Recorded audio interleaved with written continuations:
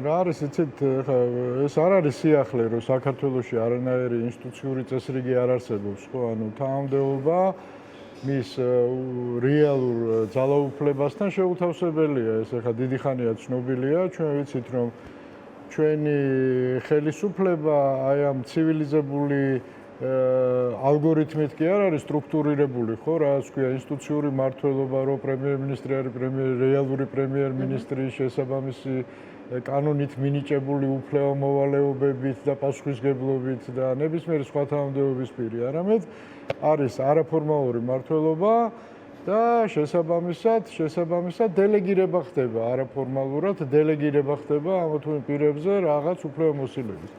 ეხლა კობახიძე პრემიერ-მინისტრი აი კანონით განსაზღვრული ძალაუფლებით, ხო? არც არასოდეს არ ყოფილა, მოდით ესე ვთქვათ. თუმცა მას საბელი ჰქონდა გარკვეული პერიოდით დაგრძელებული, ანუ რაღაც დანიშვნების უფლება ჰქონდა, ხო?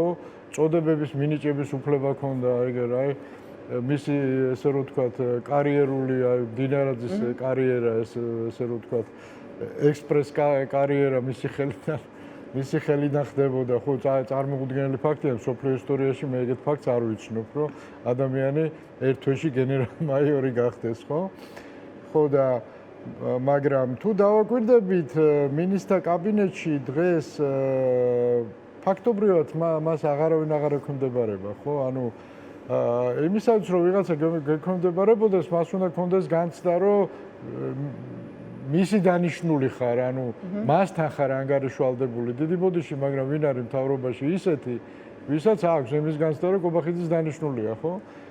და ნუ ეხლა მის პიროვნულ თვისებებს და იმას არ შევეხები, მარტო სახში აი ფილმი როა მე იმის მიხედვით, ანუ კობახიძე არის ესე რომ ვთქვათ ერთგვარი ნუ ესეთი თინეიჯერი, პოლიტიკური თინეიჯერი, ნიჭიერი, მაგრამ პოლიტიკური თინეიჯერი, რომელსაც ზოგჯერ ასანთს რო ჩაუგდებ ხელში, მაშინ რაღაცას გადაწვავს, ხო?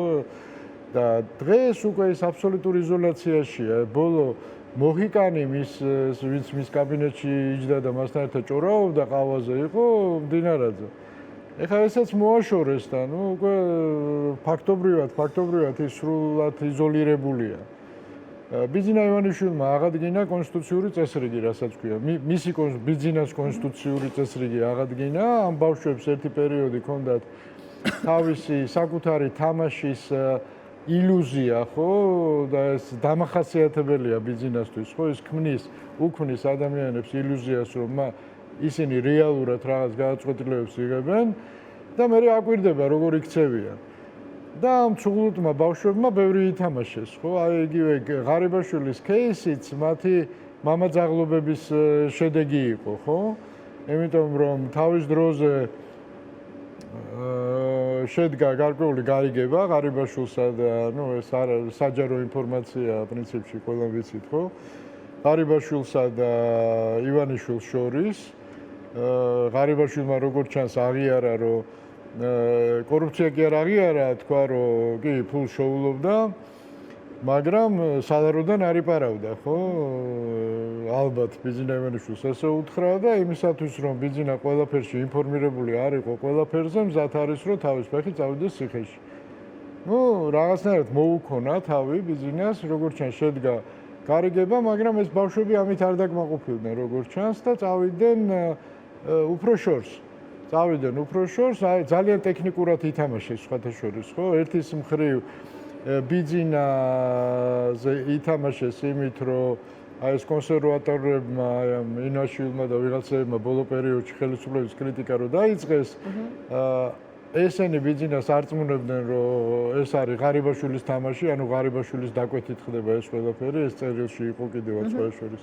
კი ბატონო, მოხსენიებული ეს ეპიზოდი, ერთის მხრივ ითამაშეს ბიძინაზე და იცოდნენ რა ღარიბაშვილის ძალიან ესე რომ ვთქვათ სუსტი ინტელექტის ამბავი მეორეს მხრივ ღარიბაშვილის პროვოცირებას ცდილობდნენ, ხო? იქ ვიღაცა სამსახურიდან გაუთავისუფლეს, რაღაც ჭორები შეუყარეს, რომ აი მამა შენს დავიჭერთ და რაღაცა და ამასაც მეტი ხო არ უნდა და მეტი ჭკუა ხო არა, აქ ადგა და გააშანშალა წერილი, სადაც ბიძინას დაადო ხელი.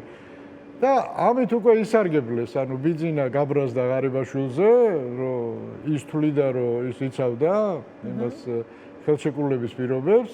ეხლა ღარიბაშვილი ამად ბიძინას აბრალებს, რომ ხელშეკრულება დაარღვია და ბიძინა კიდე ფიქრობს, რომ ღარიბაშვილმა დაარღვია ხელშეკრულება, იმით რომ ბიძინას აკიდა პასუხისმგებლობა.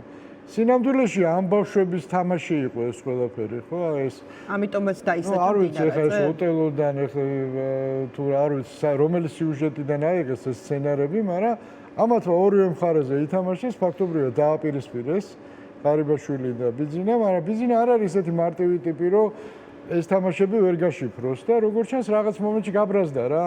ისეაც ჩარეცხავდა, ეხლა ესენი განწირულები იყვნენ, განწირული იყო ისიც რა ქვია და უკვე ფაქტობრივად ჩამოშორებული იყო დინარაძე და განწირულია კობახიძეც. კობახიძის ამბავიც ხო დროის ამბავია. უბრალოდ ბიძინას მოქმედების სტილი როგორია, ხო, ვიღაცას რო გაუშვებს, ეხლა რაღაც დივიდენდი ხო უნდა მიიღოს აქედან, ხო? ანუ მას ხო არ უნდა პასუხისმგებლობის აღება იმ პროცესებზე, იმ დაგროვილ ცოდვებზე, რაც გროვდება ამ პერიოდში. ეს უნდა აკიდოს იმას, ეს ცოდვები უნდა აკიდოს იმას, ვისაც უშვებს. ხო და შესაბამისად, აი ეს კრიტიკული მასა ცოდვების არ დაგროვილა, ანუ ბიძინა ელოდება მომენტს, როგორც ჩანს, იმისას თუ მომავალში რა ვექტორით წაიყვანს ქვეყანას, ხო? იმიტომ რომ დღეს საკმაოდ ბუნდოვანი სიტუაციაა, შიგა ფაქტორებზე ნაკლებად არის დამოკიდებული, უფრო გარე ფაქტორებიდან გამომდინარე მიიღებს გადაწყვეტილებას რა ტიპის ანუ გააგრძელებს რუსეთის იმპერიისკენ სვლას თუ პუტინი იმდენად დასუსტება, რომ გადაგდების შესაძლებლობა მიეცემა და დაუშვათ რაღაც უფრო აზერბაიჯანის ტიპის ავტოკრატიის მშენებლობას დაიწყებს. არ იცის. რატო? იმიტომ რომ ირანში ბუნდოვანი სიტუაცია, არავინ არ იცის რა მოხდება. თავისთავად და მთავარი და ფუნდამენტური არის რუსეთ-უკრაინის ომი, იქაც გაუგებარი სიტუაციაა. ამიტომ ელოდება ეხლა რომ მეტი გარკვეულობა შევიდეს იმ საკითხებში, რომ შეცდომა არ დაუშვოს. როგორც კი ის მიიღებს საბოლოო გადაწყვეტილებას, როგორი მოდელით აშენოს, უпроსორეთ მოახდინოს მოდერნიზაცია ქვეყნის, ხო? ამის შემდეგ შეახოცავს ბოლომდე ხელს კობახიძეს, ამწოდებს იმას აკიდებს ყველაფერს, რაც დაშავდა ამ წლების განმავლობაში და ჩარეცხავს. აი ესე ვთქვათ, ახალ ჭყალებში რომ ვთქვათ, ან არ ვიცი პირდაპირ მნიშვნელობითაც შეიძლება ესე იყოს, სხვერპლების სად უნდა იპოვოს ივანიშვილა. ფაქტია, რომ ბოლო ერთ წელიწადში მისი გარემოცვა გაასუფთავა, ხო? აი როგორც თქვენ თქვით, რაღაცნაირად აზიანებს, აფუჭებს, ყველანაირ პასუხისმგებლობას კიდევს, მერე უშვებს. აი, ვისით უნდა ჩაანაცვლოს ეს? რა არის, არანაირი პრობლემა არ არის, ხო? ეხლა მისთვის ეხლა აი ნებისმიერ მომენტში რამდენი პრემიერ-მინისტრი გამოვიცვალეთ, რომელიც 2 დღის შემდეგ არც არავის არ ახსოვდა, ეხლა რაღაც სკანდალი იყო ხოლმე და 3-4 დღის შემდეგ ეს ყველაფერი მიდიოდა ისტორიას ბარდებოდა, ხო?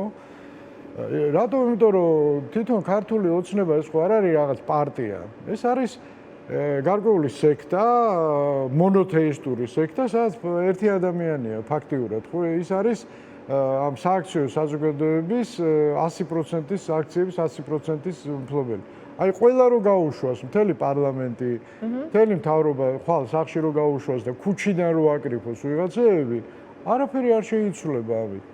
მით უმეტეს რომ ბიძინას მობეზრდა პოლიტიკა, მან მოკლა პოლიტიკა ქვეყანაში, ანუ პოლიტიკური ბექგრაუნდის მატარებელი, პოლიტიკური აზროვნების ადამიანები მობეზრდა აღარ უნდა რა და მთავრობა როგორი გააკეთა ეხლა თუ ნახავთ. გააკეთა ტექნიკური.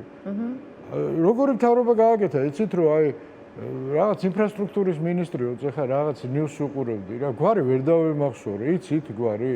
არ თქვენ აი იგივე შინაგან საქმეთა მინისტრის გვარი არ ვიცი, ვერ ვიმახსოვრებ, იმდენად უსახური ადამიანები, ანუ მოიყვანა ტექნარები, ანუ ტექნიკური მთავრობა შექმნა და ესე უფრო ადვილია, როდესაც პოლიტიკური ამბიციის გარეშე ადამიანებით მართავ ქვეყანას, ესე მისთვის მარტივია.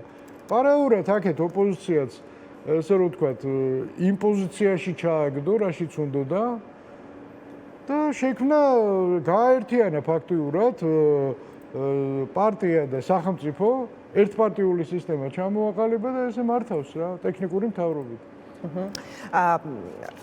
აი თქვენ თქვით რომ პოლიტიკითაც დაიღალა ბიძინა ივანიშვილიო და მე გამახსენდა აი 2024-ის წინასაარჩევნო პერიოდში ივანიშვილი რომელიც თავად დადიოდა მოძრაობდა რეგიონებში თუ ასე შემდეგ აი სადღაც რაღაც ახლა უტრირებას მოახდენ ზუსტი პერიფრაზი არ მახსოვს მაგრამ აი შინაარსი იყო ესეთი რომ თითქოს დაანონსა რომ თვითონ შექმნიდა როგორი ოპოზიციაც უნდოდა რაღაცა ახალი ძალა. მაგას არ აკეთებს ახლა? ხო, აი ეს მინდა რომ ვიკითხო, ნახეთ, აი მანდ მინდა რომ მივიდე. იმოცემულობაშია ახლა ივანიშვილი რომ რაღაცნაირად აი ძველი კოცები ესე რომ თქვა არ მიყვარს ამ სიტყვას გამოყენება, მაგრამ აი იშორებს, ასუფთავებს, ველს რაღაცნაირად ჰიგიენას დაამყარებს მაგ ნაწილში და ახალ ვინც უნდა იმ რაღაცა პოლიტიკურ ძალებს თუ პოლიტიკოსებს. როგორ არის იცით, ბიძინა ივანიშვილს არა აქვს, ხო არა აქვს ახლა რაღაც პოლიტიკური განათლება, რომ რაღაც მატრიცები ალაგოს, ხო? ის იღებს რაღაც მოდელს, რისი ემპირიული გამოცდილებით მართავს და ემპირიული გამოცდილება სად მიიღო, ხო არ იცით? მიიღო რუსეთში. და რა ხდება რუსეთში? რუსეთში არის მოდელი მართლობითი ეგრეთ წოდებული სუვერენული დემოკრატიის, ხო? რაც გულისხმობს, უნდა იყოს ერთი დომინანტური ძალა, დომინანტური პარტია და უნდა იყოს მისი სატელიტური, ფასადური ოპოზიცია, ხო? ეხლა იქ პარლამენტში 4 პარტიაა თუ 5. ხო, რეალურად ეს არის სუვერენული დემოკრატია, სადაც მართველი ძალა არ იცვლება, ოპოზიციას მოუზომავენ ბოსტანს და იმ ბოსტნის ფარგლებში იკვებება რა იქიდან რა. ისიც კმაყოფილია, ანუ ამბიცია ხელისუფლების ცვლილებისა არ აქვს. დაახლოებით ამ მოდელს აყალიბებს, ხო? ამიტომ ის ესე შორს, ხო? ანუ ვინც ამ თამაშის წესებზე არ თანხდება, ვიღაცას დაიჭერს, ვიღაცას აიძულებს, რომ ემიგრაციაში წავიდეს, ხო? ვიღაცას დააშანტაჟებს, შეაშინებს, ვიღაცას მოისყიდის. და ამ პროცესში ვარ ჩვენ, ამას აკეთებს ბიძინა, აბა რას აკეთებს? ბატონო, აი თქვენ კარგად იცნობთ ბიძინა ივანიშვილს და ესეთი კითხვა მინდა დაგისვათ. როგორ ფიქრობთ აი რა არის მისი ესე ვთქვათ, არ ვიცი, სისუსტე, რაღაცა ისეთი, რამაც შეიძლება, არ ვიცი, რაზეც შეიძლება მასთან ივაჭრო, რაღაცა გამოივაჭრო, დაელაპარაკო, რაღაცა გამოსძალო, გამოსტყუ, აი რა არის ის, რაზეც ახდენს ხოლმე რეაგირებას? რა არის იცით, ჩვენ ემოციებზე ხვალ ვლაპარაკობთ, ხო? ხო, მეც ემოციურ სისუსტეზე არ გულისხმობ. ბიძინა, ისევე როგორც ნებისმიერი ესე რომ ვთქვათ, ესეთი ძალაუფლების და დიდი რესურსების მფლობელი ადამიანი რეაგირებს მხოლოდ ძალაზე.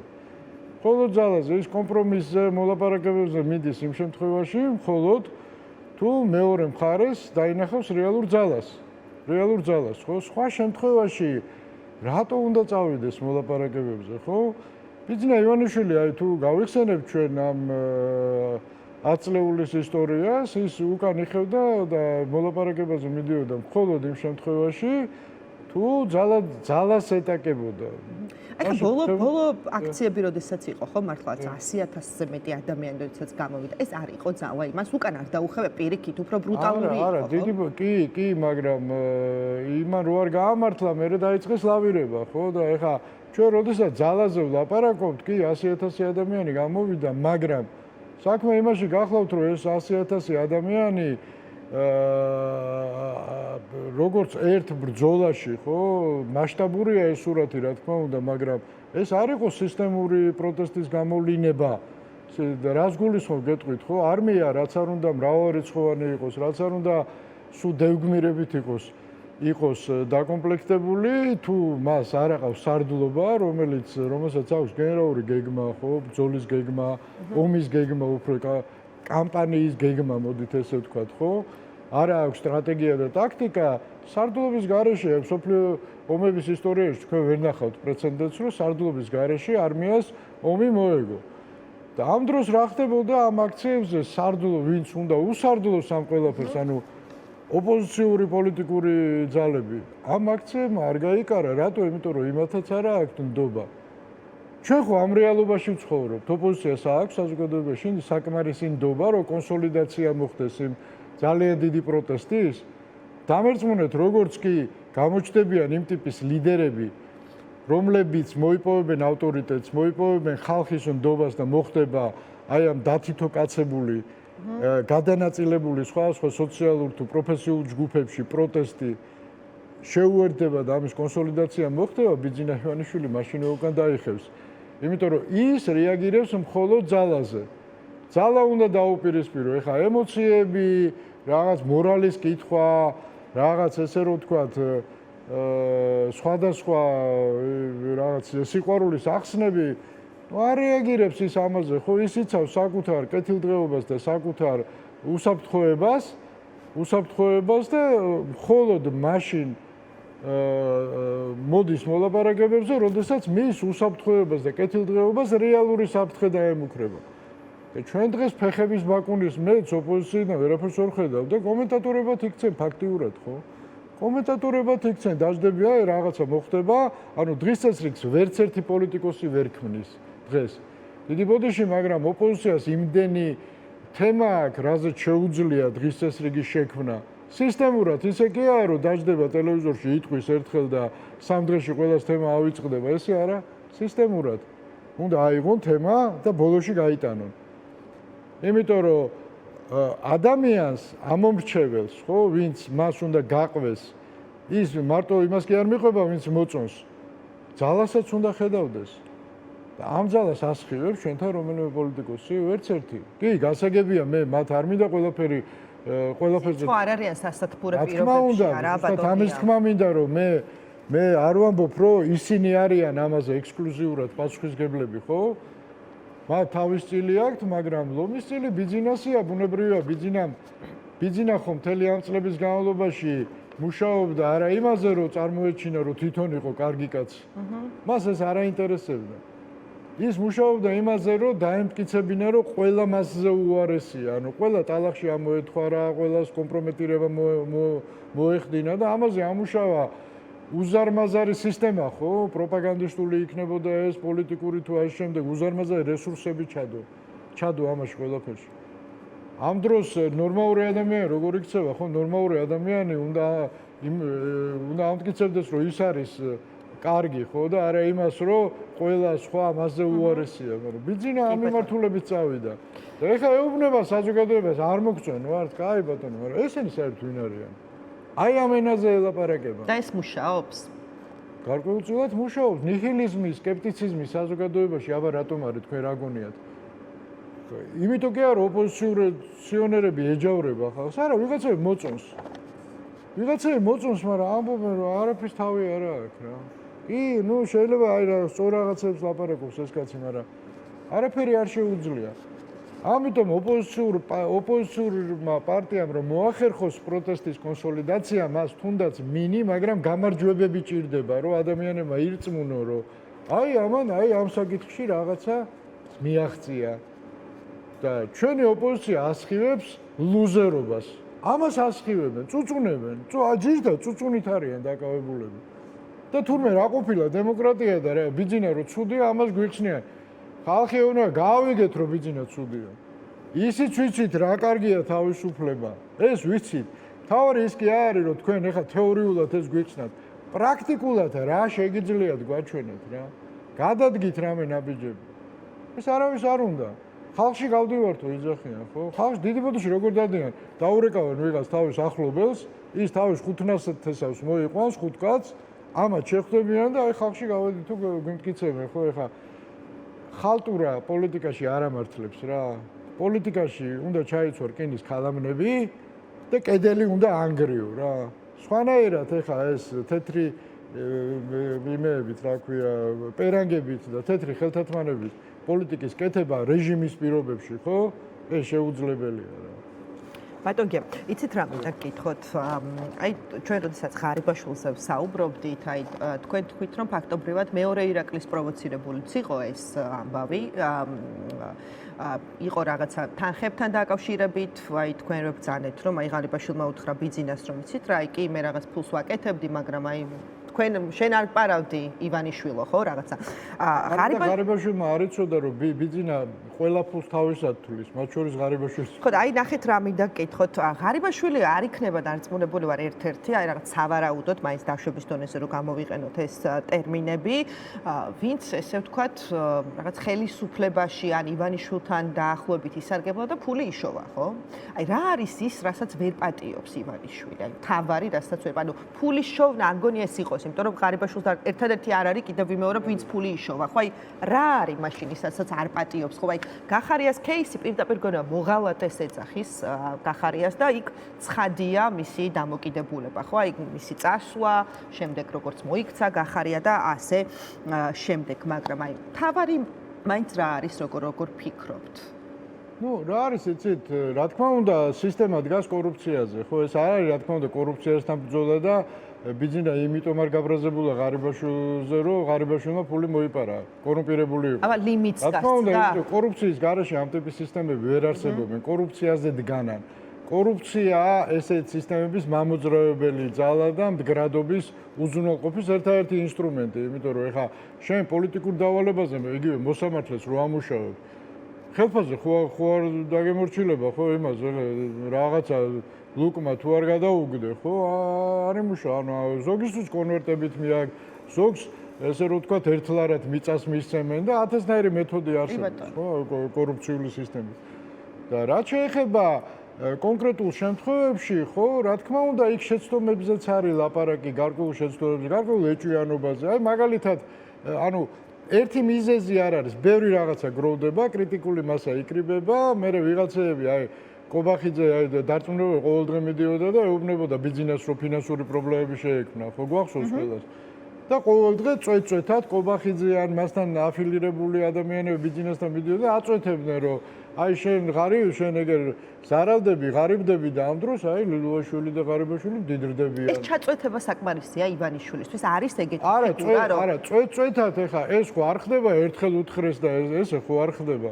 ჩემთვის აქვს ბიზნეს ნათქვამი, რომ 10-დან 9 ვინ შემოდის, რომ შენზე რაღაცას მიყვებაო, ჩემზე. მაგრამ მე ხო არ ვიჯერებო. აი ეს საუბარში პირდაპირ აქვს ნათქვამი. ბიზნესა იჯერებს მაშინ, როდესაც განწყობა ექმნება და განწყობა ექმნება არა მხოლოდ ამ კორუფცია არ უკვირს ბიზნესს, ხო, იმიტომ რომ კიდევ ერთხელ ვამბობ, სისტემა კორუფციაზე დგას. ესე უჭირავს. მაგრამ ამასაც ხო თავის ზომა აქვს, ხო, ეხა მის წარმოდგენაში აი ან უნდა შეუძლია მოიპაროს მილიონი, ხო? ზედმეტი არ უნდა მომივიდეს მარტივად. აი 2 მილიონი არ უნდა მოიპარო. აი ზედმეტი რომ მოგდეს, უკვე შეიძლება სხვა ამბიციები გაგიჩნდეს. შეიძლება რაღაცა უკვე ბიზნესა პატარა კაცად მოგეჩვენოს, ან უკვე თავი აღარ გაუყადრო, შენი ამბიციები გაგიჩნდეს. ეს არის. გარდა მაგისა, სხვა მე ეჭვიანობის მომენტები შემოდის. აი თუ გახსოვთ ამერიკაში რომ შვილი ესე რომ ვთქვათ გაასეინა თვითმფრინავი. ღარიბაშვილმა ხო გახსოვთ, ხო? მე და მაშინ 2 კვირა ძალიან უცნაურად გაქრა პრემიერ-მინისტრი იყო და არც ოფიციალური შეხვედრები ქონია, არაფერი ამერიკაში იყო და მე მაშინ ძალიან ინტენსიურად გამოვთქვი ეჭვი, რომ ეჭვი მაქვს მეთქი, რომ FBI-ს აძლევს ჩვენებებს მეთქი და ნუ როგორ რაღაცა იცით იმ მომენტში ბიზნესა ამას კი არ იჯერებს. ჩაეწვეთა ივანიშვილი. მერე რომ რაღაცა ანა, მერე რომ აი ფული იშოვა, აი აზერბაიჯანულმა პრესამ ეხა რა დაწერა, რომ ფრანგების ჩანერგილი რაღაც სიგიჟე, სრული სიგიჟე, ხო, ღარიბაშვილი, ხო? ხო და ანუ ცოტა ეს და საბოლოო ჯამში დაიჯერა არ დაიჯერა სხვა საკითხია, მაგრამ როდესაც ეხა მე მოდის ვინმე კობახიძე და გეუბნება ბიძინა, აი შენი გარემოცვა დიდ ფულს შოულობს და შენ ამ დროს ფულს კარგავ. და აი ჩვენ თუ მოგცემ შენ ამის უფლებას, ჩვენ ამ ხალხისგან მილიარდს, პირობითად ვამბობ ეხა, მილიარდს ამოვიღებთ, ხო? აძლევს მე ამ მანდატს რა და ამათმა აიღეს ეს ვალდებულება როგორ კობახიძე ჩემის აზრით ამიტომ დაინიშნა რომ აიღეს ამათმა ვალდებულება რომ ამოიღებდნენ ფულს დაიწყეს რიჟვაძით ხო და პირველივე მცდელობაზე ტყლაპოში ჩახდნენ ხო ვიღაც ქურდები თუ შავები მიუგზავნეს დააკაჩავებინეს იმასაც ვერ აქვს თლათ ფსიქიკური რაღაც ვერ არის ესე რომ ვთქვა სტაბილური ფსიქიკურად თვითმკვლელობის მცდელობა მოადგენ მე ლილუაშვილს და ღარიბაშვილს ხო ესენი კი ვხედავთ რა ხდება ეხა ბიზნესთვის ერთ-ერთი არგუმენტი ესეც იქნება კობახიძესთან შენ რომ პირდებოდი ძმაო პრემიერი როგორ გახდი პირდებოდი რომ ამას გავაკეთო სად არის ეს მილიარდი სად არის? თქვენ არ გეკითხებთ? ვიცი. კი ბატონო, გასაგებია. ანუ ფიქრობთ, რომ კობახიძესაც, ასე ვთქვათ, დიდი დრო არ დარჩენია. არა, ნამდვილად არა. უბრალოდ უნდა გაირკვეს უკრაინის და ირანის ამბებში, უნდა შევიდეს მეტი გარკვეულობა, რომ ბიძინა მიცოდეს კობახიძის შემდეგ როგორი პრემიერი მოიყვანოს. დავარცხნილი პროევროპელი თუ ვიღაც ისეთი, ესე რომ ვთქვათ, რომელიც ამ ავტორიტარიზმზე ხელს მოაწერს. კი ბატონო.